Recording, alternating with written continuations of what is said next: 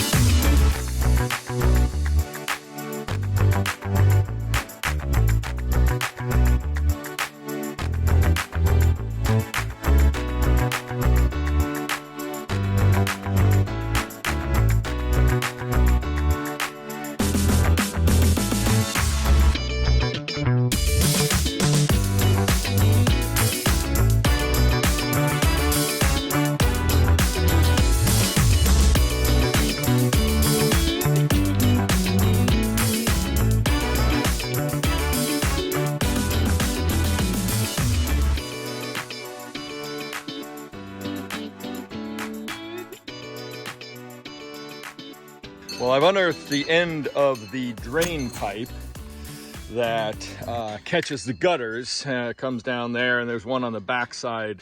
So it looks like I got a little shovel work to do to find out where the end of that pipe is so I can turn the corner and get down there and meet that ditch. That stone is definitely more than the excavator can lift. The idea is the cows come out of the field there. I want them to have the option of going straight across into a lower terraced area underneath that berm that's there. This trench will be filled in once this pipe is put in, but then they can also come across. They have been going in here, but this is a much lower mucky area. I'm going to eventually put stone on there because I want to be able to back manure truck, spreaders in there and load from up high and dump down in. And then this here, so that actually might happen here. This here is going to be a ramp up and a level spot for the cows to go into the barn and for me to get the skid steer up and in, because right now it's unworkable.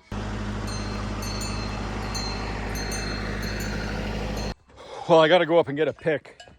I was just trying to scratch out the stone from the trench where I think the pipe end is, but I can't find it.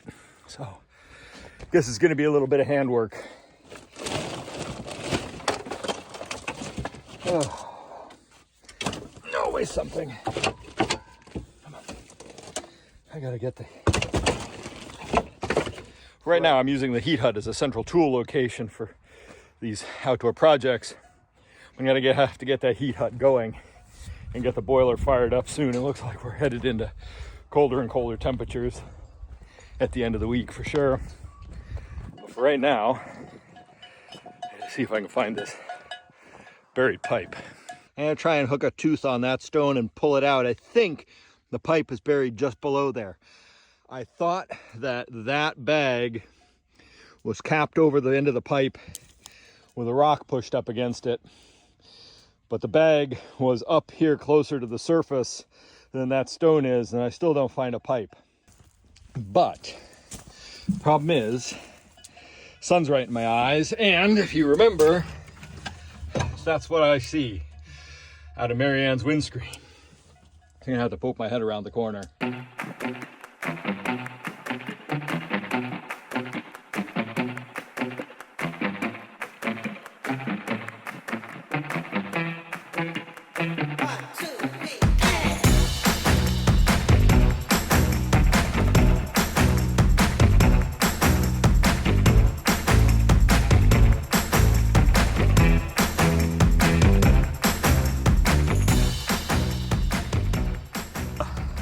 There it is in all its bell end glory.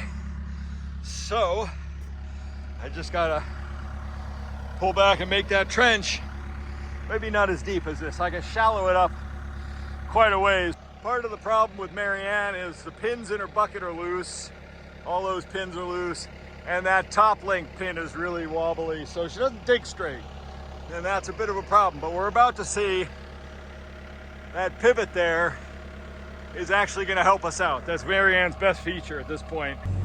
If I swing around the other side, I can actually dig outside of Marianne, right up against the foundation. It's really a fantastic feature having an offset boom like that. I think I'll make advantage of it right now.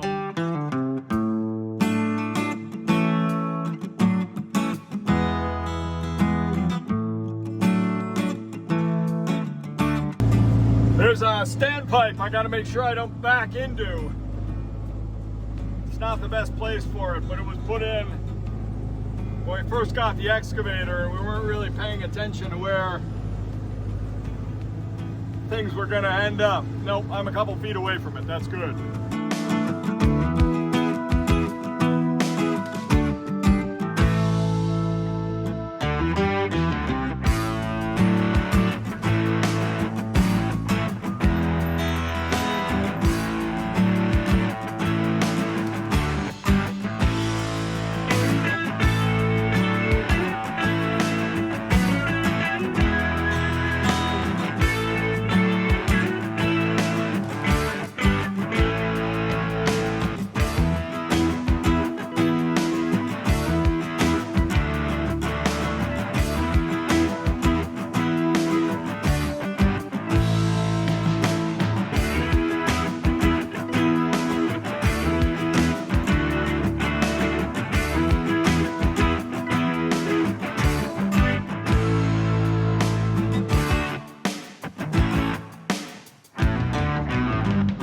So I'm just down here. I laid out the pipes I have here. I've got two sections there. They're not installed yet. I'll go through that later. I've forgotten how long these are. I think they're 14 feet. So yeah, 14 foot. And so I'm gonna have to get a couple. This one here is damaged on the end. I'd use it if I had to, but if I'm gonna get new ones anyway. So I just have to measure approximately. I think I'll get a couple sticks extra.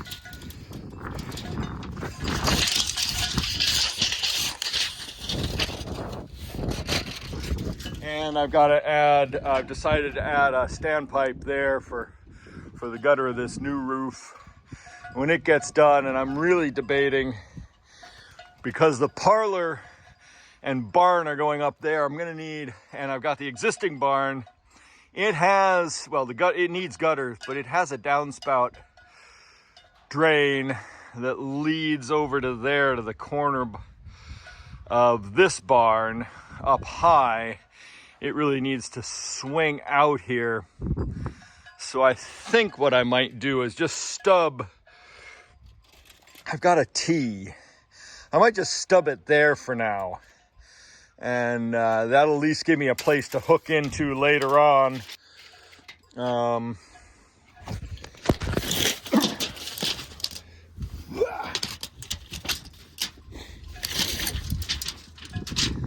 Just gonna give me a crude estimate. I can't afford to buy.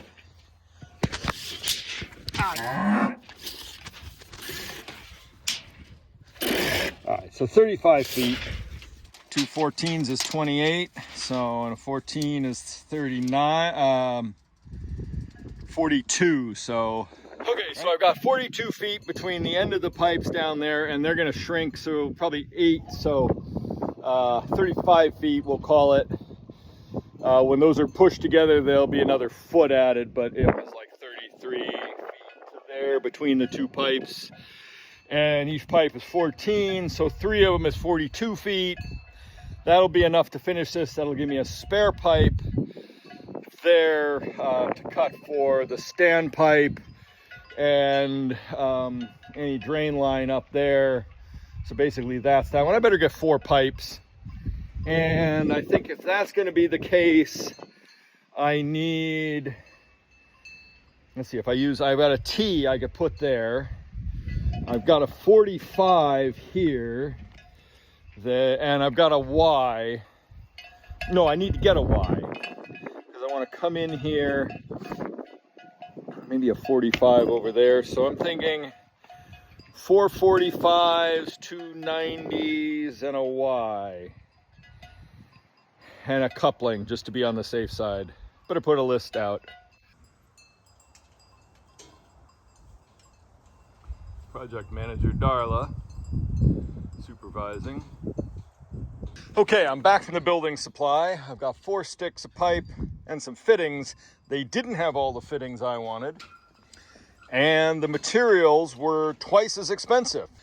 But 4 pieces were $100 each. I can't believe, I don't think I spent $45 each on those. And that little sucker was $75. And I don't like the fact that it's gasketed. I much prefer the glue fittings.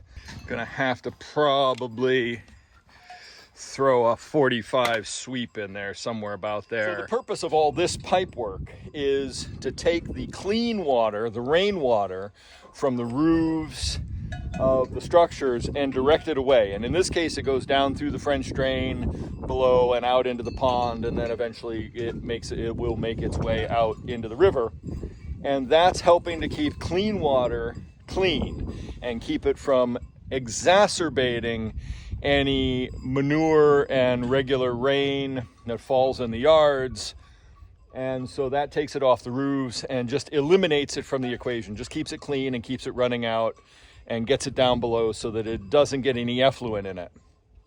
The effluent coming off the barn floors and out of the new milking, when we get the new milking parlor built, and any future use in yards, that will go into septic tanks or storage tanks to be able to be spread on fields. And that's so dirty water stays dirty, clean water stays clean. There's gonna be quite a bit of work in the back of the yard, doing some drainage projects and getting some things set up back there. And as soon as all this is done, then we'll move back there and start that. I'm gonna have to find a cheaper source for this pipe. I can't just go to the building yard now and get it, because this was punishing. Was not expecting to spend that much on just this short little amount of pipe. So, this is our NRCS project. This is on a grant, but the grant for this whole section, all the drainage around the barn and linking to the French drain down below, I think it pays $398, and I just spent twice that. Well, not twice, but I spent over $600 anyway, just on 4 pieces of pipe just to connect here. So fortunately, all the other pipe work was paid for by another section of the grant. And so it all works out in the end. It's just that cash flow becomes a real issue when something like this costs twice as much, and I'll only be reimbursed. Yeah, that goes in the bigger kitty, and I'm sure on a master spreadsheet, I'm sure we have one. It will show that this was at least a net zero project, or maybe we, put a little bit money from all of this drainage project towards one of the other conservation NRCS projects. So it's always a dance to get some of these farm projects done when you've got grants involved. Okay, silage bales have been unloaded, and I'm back to working on the ditch and the project. So these are slip fit sewer fittings.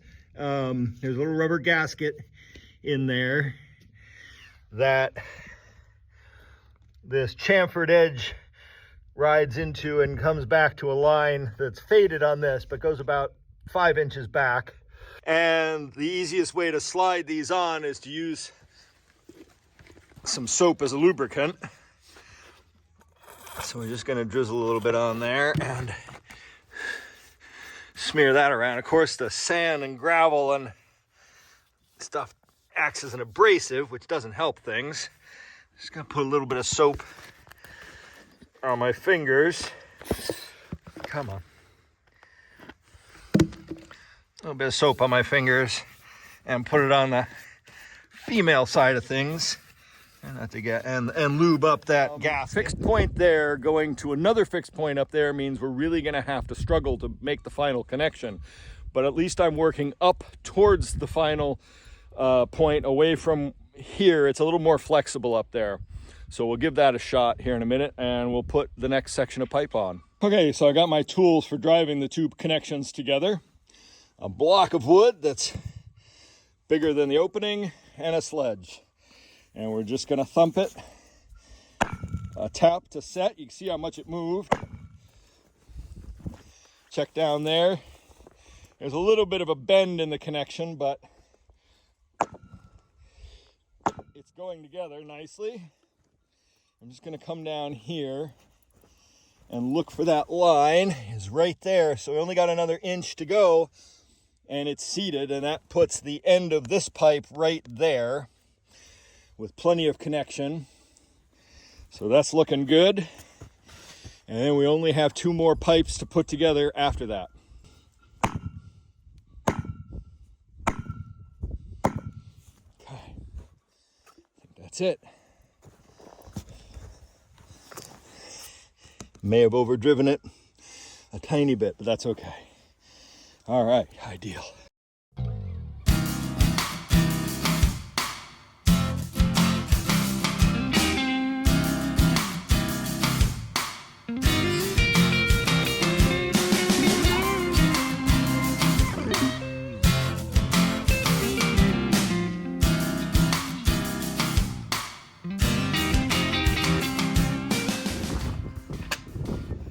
Here's where things get dicey, because I've got a fixed point here and I've got a fixed point over there, and I've got to try and make fittings fit and get the right sweep. So I think that this 22.5-degree angle here is in about the right place. A little bit of guesswork, but I think I can adjust this if I have to. But all right, so we need a 36-inch piece. That's right here.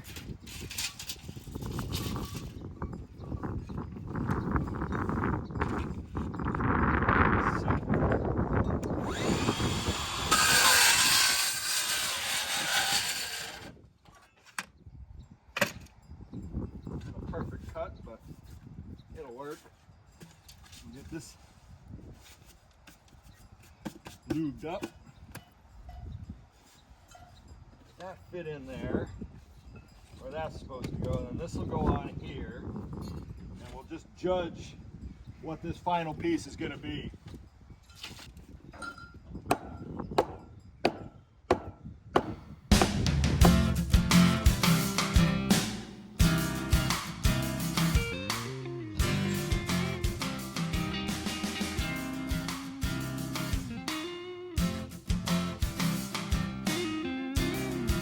Now comes the fun stuff.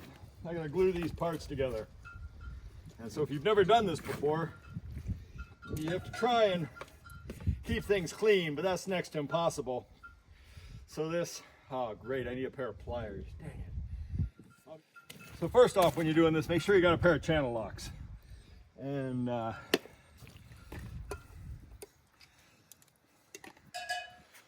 we go. This stuff, it gets everywhere, loves to spill, but the purple primer helps soften the PVC and gets things cleaned up a bit. There's always going to be dirt on it. It's the nature of this. No matter how hard you try and keep things clean, things get dirty. Now, this stuff loves to spill. So you do both sides of everything.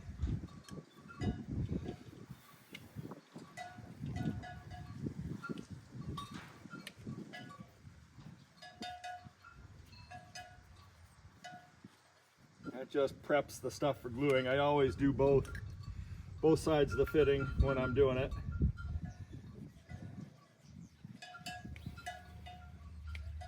Best to do this with lots of ventilation or you will get spaced out.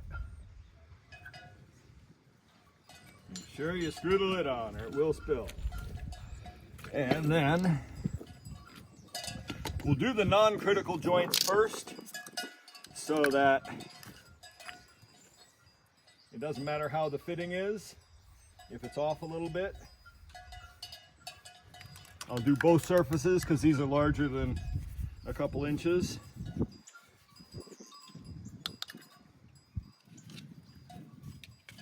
Okay. Push it down, give it a slight turn, hold it because the joint likes to expand a little bit back once it's seated, and then it's good and locked.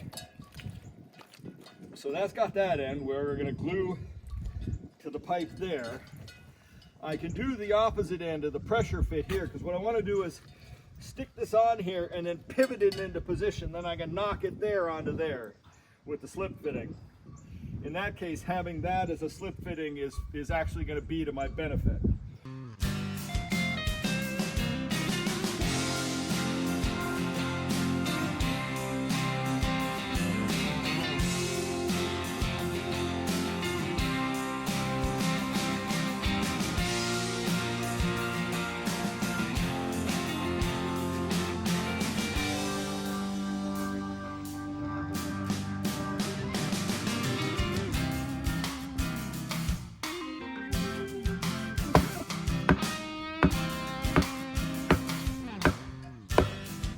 Alright, my attempts to get this thing together so far have been a failure.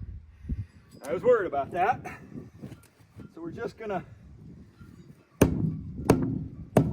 get this where it needs to go. Well, that's better. That makes me feel better. Although that's probably too hard fixed to make this work. I got to get this in there, and it's just about right.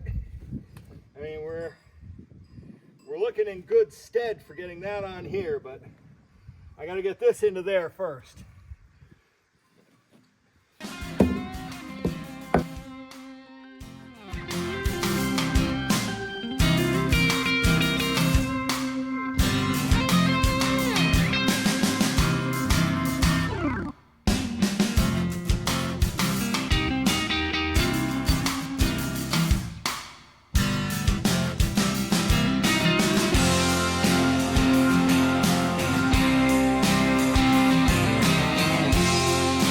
Yes, I am ecstatic. Triumph of the gnomes. I got them together. Quite a lot of doing, but it did slide right in and it really pounced in there. So I can't move that. That's fixed. There, glued well there, bead in there. I think we're good. That's got the pipe going all the way down. So I need to backfill this so I can get the cows fed. You can see out there, they're just done with their bale. So I'm gonna press on. One thing I have to do before I can backfill with the excavator is I need to walk along, and everywhere there's a low spot or the soil's below the level of the pipe, I need to shovel a little soil underneath that from the side piles here, so that when, bit of detritus there, so when I do backfill, there isn't a low spot. We don't want the pipe to flex when I put the soil over it.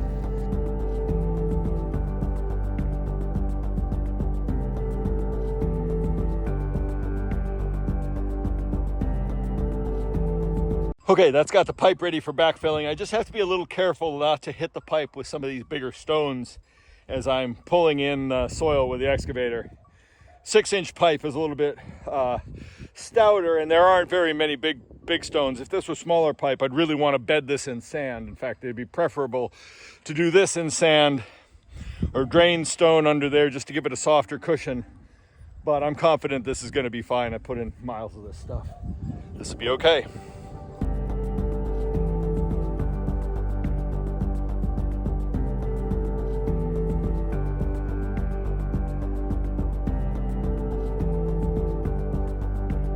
Okay, it's the following day and I'm back working on the drainage project. And got the next section of pipe in. Okay, I've got my T made up standpipe comes there for the gutter, and it'll come down and it'll make a transition into that 90, which I haven't attached yet. But I have to do something about this end where it's going to remain open until I marry up the curtain drains and the other gutter in the future. So I don't want soil to get in there, and I don't want to have rodents and stuff use this as a highway. So I'm going to take a bleach bottle. Turns out that this 3.3 3¾ quart, 3.5 liter bleach container just so happens to fit in here really nicely. But I don't want to leave all of this sticking out, and I don't want to put it in this way because it doesn't go far enough. So I'm just going to cut a little plug here with a razor knife, and then we'll slide it in. Okay, there's the end of the bleach jug cut off, stuck in there, so that'll protect that from stuff and dirt getting in there. Can easily reach down in here later on, or shove that out of the way when the time comes. Okay, I'm gonna have to do this in one move and I'm gonna have to act fast because I've got to I still have to put the primer on there. I got to put primer and glue on there, glue here, glue there, glue here, and assemble it all without it locking up, just so that I can get it all right.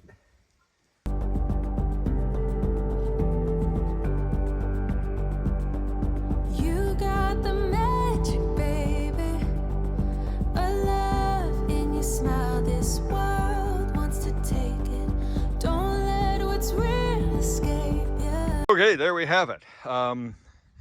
Rough for now. I've stuck a bleach bottle in there just to help keep, I don't care if water gets in there, I just don't want stones and tools and anything else falling in there. Certainly don't want cement falling in there when the time comes to pour that slab. I may actually cap it properly. I am going to clear up the tools and get all the stuff out of here that doesn't need to be here, so that I don't have to think about anything other than backfilling with Gidget and Marianne the excavator, so that I can just, I've got the pile of material up there that I want to spread down below, and some of that is going to fill in this section right here. And then I want to grade out all this, and I still have to finish this work down below, get the rest of that trench filled in, get this driveway material graded out. I want to slope that, and I got the fill that I pulled out of here earlier and brought down below. I want to slope this a little less extreme and bank up against the stone. It's quite windy, so I hope you can hear me. I've just been grading out the section of trench after I backfilled it. It's not perfect. It's not how I want it to be. There's going to have to be some time taken later on ferrying this into the roadway. But for now, I can shove that pile of stone back and get a base started. This used to be about an 8-foot drop in there, and now it's only a couple feet, not even. It went straight down to the trench, and that's been ferried in. I'll push this stone out level with the road bed.